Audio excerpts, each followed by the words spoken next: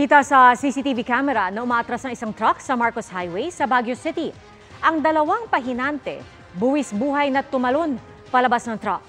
Ang driver nahirapan pero nakalabas din at saka humandusay sa kalsada. Dumiretso ang truck sa isang kanal. Sugatan ang dalawang pahinante at driver. Wala namang nadamay na ibang motorista. Base sa investigasyon, posible raw nagkamali ng kambyo ng driver ng truck na paakyat ng Baguio City. Samantala, isang armed mutiny ang nagaganap po sa Russia matapos bumaliktad sa militar ang isang kaalyadong grupo roon na dating tumulong sa pag-atake sa Ukraine. Si President Vladimir Putin naman, nagbantang mananagot ang mga nasa likod ng rebelyon. Nakatutok si Bernadette Reyes.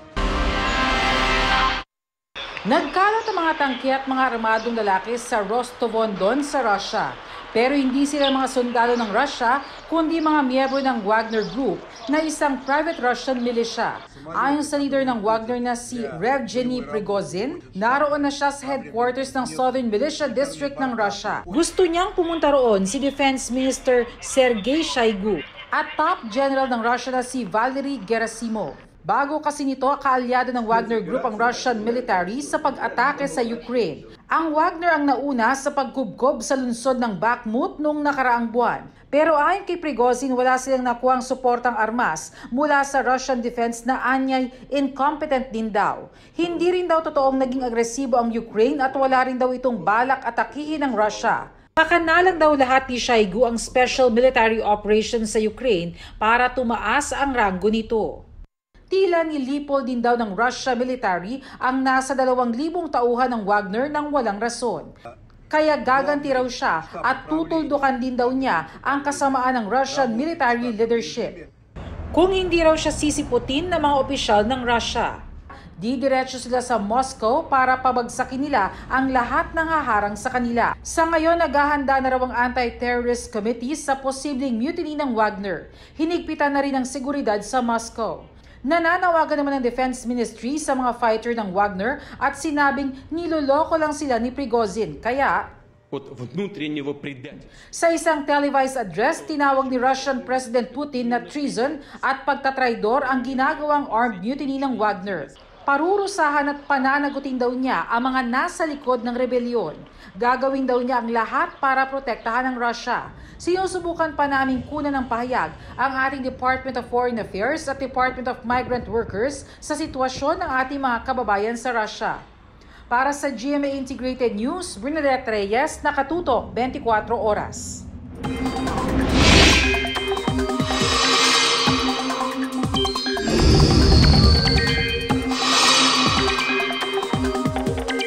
Mga kapuso, may binabantayang sama ng panahon sa labas po ng Philippine Area of Responsibility. May epekto kaya ito sa Pilipinas? Yan po at ang magiging lagay ng panahon mula sa Weather Presenter ng GMA Integrated News Weather Center na si Anjo Portiera. Anjo! Magandang hapon, Pia, at magandang hapon mga kapuso. Magiging maulan pa rin po bukas sa malaking bahagi ng bansa. Sa ngayon, mahina ang habagat at intertropical convergence zone ang nakakaapekto sa Southern Luzon, Visayas at Mindanao. Batay sa datos ng Metro Weather, malaking bahagi pa rin ng Mindanao ang uulanin. May heavy to intense rains na maaaring magdulot ng pagbaha o kaya naman pagguho ng lupa sa ilang lugar sa Northern Mindanao at Caraga Region. Sa bandang hapon din, posible ang ulan sa malaking bahagi ng Visayas. Sa Luzon naman, may kalat-kalat na pag-ulan sa maraming lugar. Dito naman sa Metro Manila, sa hapon at gabi, mataas pa rin po ang tsansa ng ulan. Kaya huwag pong kakalimutan magbaon ng panangga sa ulan. Ang low pressure area naman sa labas ng Philippine Air Responsibility, huling nakita ng Pag-asa sa layong 1,435 kilometers east ng northeastern Mindanao. Malayo pa po yan sa ngayon. Pero hindi pa rin nila inaalis ang posibilidad na pumasok ito ng PAR at maging bagyo. At yan muna ang latest sa lagay ng panahon. Ako si Anjo Portiera. Ito ang GMA Integrated News Weather Center. Maasahan anuman ang panahon. Iginiit ng Bureau of Treasury na hindi dapat pangambahan ang pag-invest ng Land Bank of the Philippines sa Maharlika Investment Fund. May nakapaloob daw sa batas na malaking parusa sa lulustay ng pondo. Nakatutok si JP Soriano. 50 bilyong piso ang ilalaan ng Land Bank of the Philippines para sa kontrobersyal na Maharlika Investment Fund ayon sa Bureau of Treasury. 25 bilyong piso naman ang mula sa Development Bank of the Philippines o DBP. Sa Land Bank pumapasok ang sahod ng mga sundalo at pulis at mga empleyado sa gobyerno, gaya ni Randy na nagtatrabaho sa isang state university. Kaya di raw niya maiwasang kabahan. Ako personally, takot din kasi syempre nga, yun nga, kung maapektuhan yung salary ko, paano kung hindi ako sumahod ng on time, yung mga billings ba natin, pwede rin i-delay. Pagtitiyak ng Bureau of Treasury. Meron pong mga safeguards in terms of how to screen yung pong mga investment endeavors na mga investment projects na gagawin po ni Maharlika. Dagdag ng Treasury, maliit na porsyento lang daw ng investable fund ng Land Bank ang 50 billion pesos na gagamitin sa Maharlika.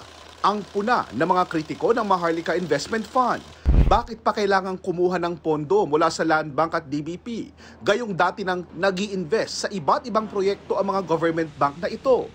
Dati na ring inalmahan ni na Senador Coco Pimentel at Senador Risa Ontiveros ang anilay pagmamadali ng administrasyon na maipasa ang Maharlika Investment Fund. Gayong marami pa raw ang tanong na nais malaman ng taong bayan dito, lalo pat pera ito ng mga Pilipino. Sagot ng Treasury. Marami pong provisions no sa batas to ensure na whoever is managing the fund, they will not commit any wrongdoing dahil malaking punishment ang hinaharap nila. Para sa GMA Integrated News, JP Soriano, nakatutok 24 oras. Ang pinagbabaril na bahay na kapitan sa Abra at Bangko Sentral ng Pilipinas may bagong gobernador. Paspasan natin ang iba pang mga balita. Bahay na kapitan ng Barangay San Antonio sa Benguet Abra pinagbabaril. Ayon kay Chairman Nevel Lucero, nagising siya sa magkakasunod na putok ng baril at sunod na nabasag ang ilang bintana. Walang nasugatan. 17 basyo ng bala ng M16 rifle at isang bala ng kalibre 45 ang nakuha sa crime scene. Iniimbestigahan pa ang nasa likod ng pamamaril at ang motibo nito.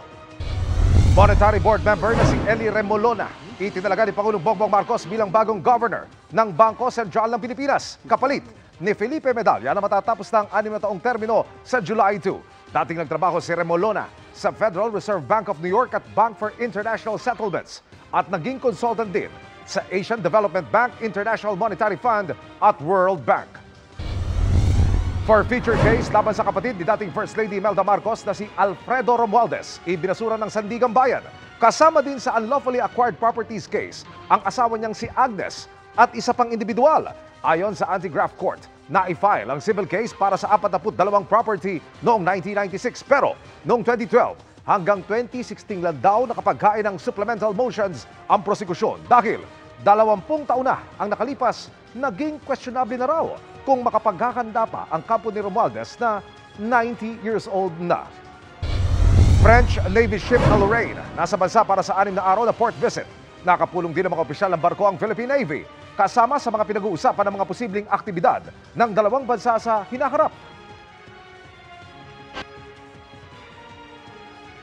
Iniimbisiga na po ang inirereklamong warden ng mga preso sa Malabon City Jail na umano'y nagpapakain sa kanila na may kasamang bubog, lupa at bato.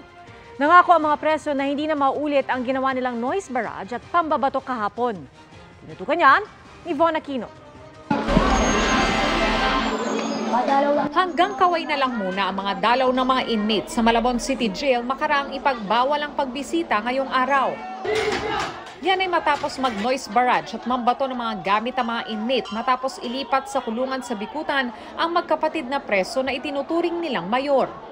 Dito sa conjugal area sa loob ng Malabon City Jail, makikita natin na nagkasira-sira nga itong mga pader ng lugar dahil nga sa tensyon na nangyari kahapon. Ayon naman sa officer in charge ng Malabon City Jail, papayagan na yung pagbisita kapag naayos na yung mga pasilidad na nasira dito sa loob ng kulungan.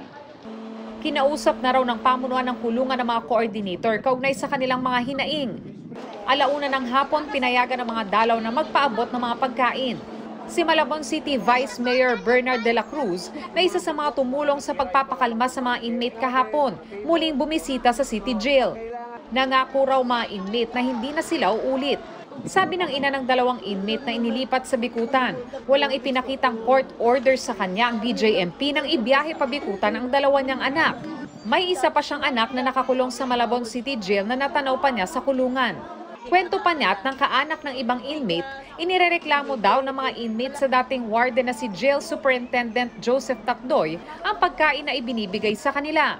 Anong ginagawa nyo sa mga tao nyo sa taas? Pinakakain nyo na may bubog, may lupa, may bato. Hindi nila makain. Kaya kung magdala kami ng kanin, madami. Iniimbestigahan daw ng City Jail at ng DJMP ang mga paratang. Rest assured na magiging domain ng DJMP. And yung very unfortunate lang ang nangyari, and we will try to investigate and sanction kung meron man pong pagkakamali ang kasama namin sa hanay. Yung purchasing officer po natin, magpo-purchase po ng bigas, iluluto, and then ipapacheck po sa kanila yung kalidad. And then pag okay po sa kanila yon po yung ipo-purchase natin at yon po ang isi-serve natin sa kanila. Sabi ng BJMP, tumangging magbigay ng pahayag si Tacdoy at hihintahin na lang daw nito kung may kasong ihahain. Para sa GMA Integrated News, Von Aquino, nakatutok, 24 oras.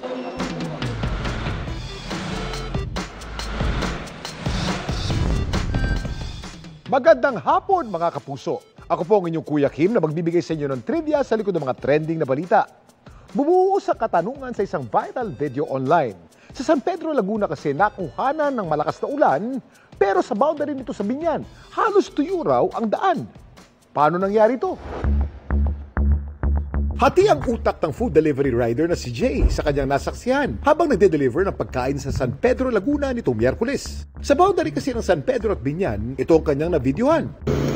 Paano sa San Pedro ay malakas ang buhos ng ulan, ngayong sa bahagi ng Binyan, halos tuyo ang mga daanan. First time ko makakita noon na amazed po ako, may ganun palang mga pangyayari. Nagkakaibang panahon, siyempre, kabado. Parang hati yung weather.